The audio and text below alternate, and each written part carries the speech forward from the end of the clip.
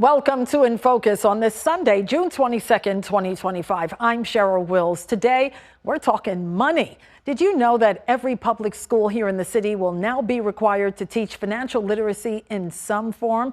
And for good reason. Studies show that in the first quarter of this year, credit card debt in the U.S. reached a record high of more than $1 trillion. We also learned this week that millions of Americans saw their credit scores drop by more than 100 points after the government resumed a pause on federal loan payments for students. And now those past due accounts have been referred for debt collection. So today we're talking dollars and cents with Vilda Vera Mayuga. She's the commissioner for the Department of Consumer and Worker Protection. She tells us all about the FLY program. Plus, dare we call him the money minister? Bishop Mitchell Taylor of Urban Upbound explains how he's set up 3 banks so low-income communities can really cash in. And later, Commissioner Keith Howard tells us why he's banking on young people and providing more summer youth jobs than ever. All that and so much more happening now on In Focus.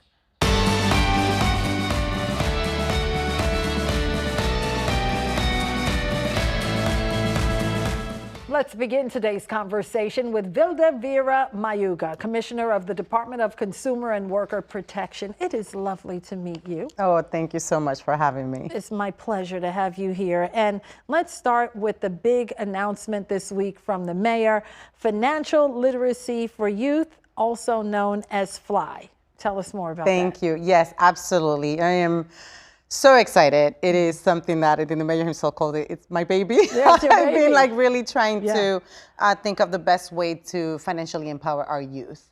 I think we've seen it. We continue to see it over and over again, right? And I think the best way to set up our youth for financial success is to make sure that they don't make the same financial mistakes we've all made as adults. So trying to tackle it earlier. Yeah, earlier being in school, right? So the mayor announced the first school district to receive financial educators. Why was that important to you as commissioner? Well, I have 2 kids myself. I have an 11-year-old and a 15-year-old. And we know that the schools is not only where our children are receiving all this education, obviously that's very empowering. We say knowledge is power, but also the families. And we want to make this in a very holistic way. As the Department of Consumer and Worker Protection also, we want to incorporate consumer protection into the deliverables that we bring to our children and our youth. So bringing these financial educators, we're building on the experience that we have with financial counselors, that we do provide the service for adults right now. So sort of looking at that model and bringing it to our younger New Yorkers. Yeah, that's long overdue, right? Yes. And public service loan forgiveness is also a central part of your mission. 100%. We know, especially now, right, there's a lot of confusion with student loans. It's part of what we do to support, in this particular case, our own employees, the workforce of New York City. New York City is the largest employer, right? And so how do we support them, make sure that things are more affordable? And the Public Service Loan Forgiveness Program, it's something that every public servant is eligible for. And so we are now offering this service. It's an employee benefit, essentially, where we can have an expert go through the process with each employee of New York City who seeks out the service, and it's in the right path and hopefully, ideally, achieves loan forgiveness. Okay, and there are financial empowerment centers throughout the city. How many are there and where are they? There's all over the city. How many? In all the 5 boroughs. We have about 30 of them right now. All 5 boroughs. In all the 5 boroughs. And yes, it is providing one-on-one consultation, confidential. It's like you and me talking to each other. You're asking me a lot of questions as a financial counselor, understanding my current financial health, and then asking me, what are my goals?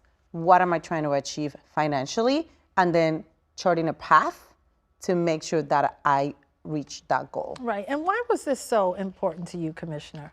Well, aside from the fact that you have 2 kids. Yeah, well, I went through it myself, you know, as a young, when I was much younger. Still young. Still young. You're still young. I didn't have the supports from my parents in terms of education. They really didn't know what to pass on to me in terms of financial education.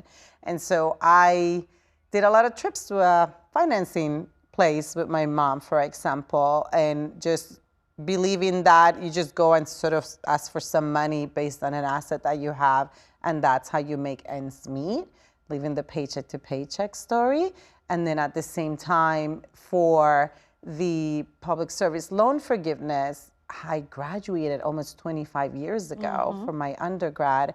And it wasn't until a couple years ago that, with the help of one of our financial counselors, I was able to take advantage of a public service loan forgiveness program and eliminate over $33,000 in student loan debt that I've had since 1998. Right. It's insane that I would do that. There's a lot of people just like you. There's a lot of people, and I like to stress that, even a city commissioner is this help, right? We're all New Yorkers. We bring our experiences and our backgrounds, and we try to use the opportunity of our roles to make it better for others that we feel have a shared experience. Sure. And lastly, what do you want to see in the classroom? I know now we have the framework for this to go into the classroom, but how will it play out? So we'll have these financial educators. They're going to be working hand in hand with the districts, right? With the districts. Exactly. They'll be in the districts. We'll start with the 15 this January of 2026. We'll continue to add until by 2030, every school district will have a designated financial educator. And this person will be in charge of delivering what we call 2-gen workshops, right? Not just for the youth, but also for the adults that are supporting them, making sure that he's addressing the needs of both and they can support each other, bringing it into the classroom, out of the classroom, and at the same time, building a resource hub with tools that are going to be available for anybody in our school community, but vetted tools. We want to make sure that we've looked into each of the things that are out there, off the shelf, as we say, but also looking at it not from a good financial perspective, but like I said before, bringing in our expertise in consumer protection and making sure that that's part of what is being delivered to our communities. Okay, well, listen, I think it's a idea whose time has come, and I wish it was around when I was a kid in Queens. Me too, yes. Okay, Vilda, Vera, Mayuga, Commissioner of the Department of Consumer and Worker Protection, thanks for being here. Thank you. And still to come, we look back at the life and legacy of former Police Commissioner Bernard Kerik, who passed away at the age of 69. We'll be right back.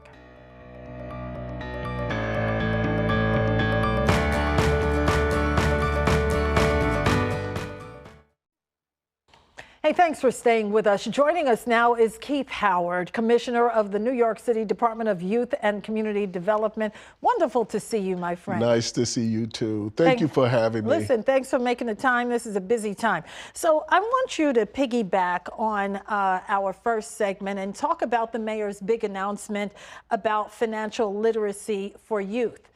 What do you make of that? The time has come, huh? Sure. So, but this goes back to his increase in summer youth employment, because the mayor, when he first got into office, summer youth employment with the young people from 16 to 24 was at 75,000. The mayor increased it to 100,000 and added financial literacy. So all 100,000 young people take financial literacy as part of their onboarding process, starting their summer job. This new investment with public schools and the Department of Consumer and Workers Protection, it just takes it up to another level.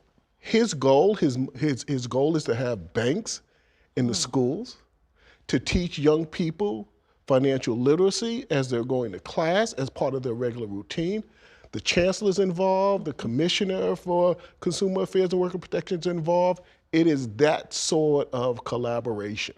Yeah, and it folds into what you do, DYCD's Summer Youth Employment Program. Explain why this is a win-win across the board. Oh, it's a win-win because you know, kids need to know what to do with that money they get. Yeah. Right? I mean, when I was younger, all I thought of was sneakers. Right. I was going to get me 10 pair of sneakers. And Miss Juanita Howard said, oh no, you're going to put some money in the bank and you're going to give money to your brothers and sisters.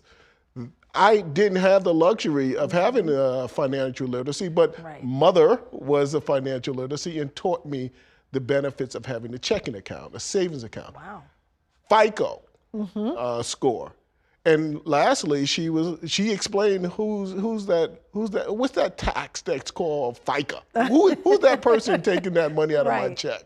You know, so having understanding all of that is beneficial to young people from the very start.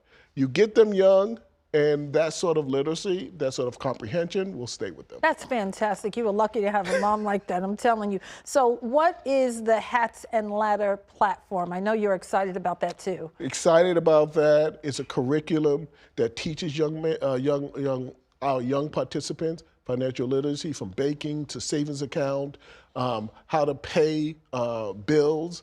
It breaks down the taxes in terms of what you're paying in your local, state, and federal taxes as well. So again, it's our nonprofit providers who are doing phenomenal work out there. They're the ones that are orchestrating the curriculum, and every young person that goes through, all 100,000. All 100,000. That curriculum. Yeah, that's what I was going to build on. This is the 4th straight year with a record 100,000 kids getting summer jobs. Yes. And to your point about financial literacy, the highest level we've seen so far in direct deposits. Really? Yes. That is fantastic. And you talk about direct deposits, and that's all part of the Get Banked NYC, Yes, right? Absolutely. Tell us more. So again, it's relationships that we have with the Chase banks and other banks to make sure that they're also part of the financial literacy process with young people. I mentioned before the announcement the mayor had, the press release that talked about the investment, but the administration is putting these banks that we have relationships with in public schools. That's great. And, you know, we're talking about seniors, but you also have a focus on senior citizens, right? So the commissioner would say they're older adults. Right. So she would hit me on the hand for saying that. Exactly. But we do have a partnership. We love our older adults. Sure. We have intergenerational programs, which I think is phenomenal, so that you can hear other stories. And older adults can tell you exactly how to maneuver. Yeah, and lessons learned. And lessons learned, absolutely. Great to see you, my friend. Keith Howard, Commissioner of the New York City Department of Youth and Community Development. Always appreciate your time. Time for another break. In Focus continues right after this. And now, a flashback from our New York One archives. May 29th, 2025, about 3 weeks ago, former police commissioner Bernard Kerik dies. Officers carried Kerik's flag-draped casket into St. Patrick's Cathedral. Thousands of dignitaries attended his funeral on June 6th, including Mayor Adams and former Mayor Rudy Giuliani. There's no question we're going to rebuild. Giuliani and Kerik were front and center on September 11, 2001, guiding New Yorkers through the city's darkest day. The police deployment is, primary focus is down in southern Manhattan in the rescue effort, but we're attending to our policing needs all over the city. We, as the mayor said earlier, we're getting assistance from the governor and the National Guard. About 200 National Guardsmen about 2 hours, about an hour ago, I guess. There'll be another about 1,500 sometime this evening. They come in to help us. And we're going to continue on the rescue efforts, but policing will go on in the rest of the city as usual. Born in Newark, Kerik joined the NYPD in 1986, walking the beat in Times Square. He quickly rose through the ranks, becoming Correction Commissioner in 1998, and 2 years later, he became the city's top cop. In the years after the terror attacks, a fall from grace. In 2009, he pleaded guilty to federal tax fraud charges and went to prison for 3 years. Donald Trump pardoned him in 2020, and he became one of the president's most loyal supporters. Upon hearing of his death in Manhattan, reportedly from heart disease, former Mayor Giuliani had this to say. There may have been some things he did in his life that work against him, but he did so many good things in his life, so many people that he helped, people that I saw, and I bet you saw. Bernard Kerik was 69.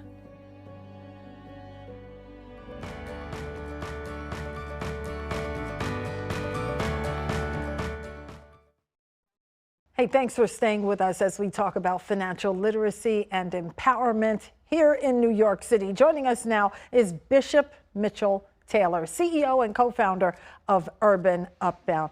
Always great to see you. It is always a pleasure, Cheryl, to be on your show. Thank you for having me. Oh, thank you. And I tell you, Bishop, you are truly about your business.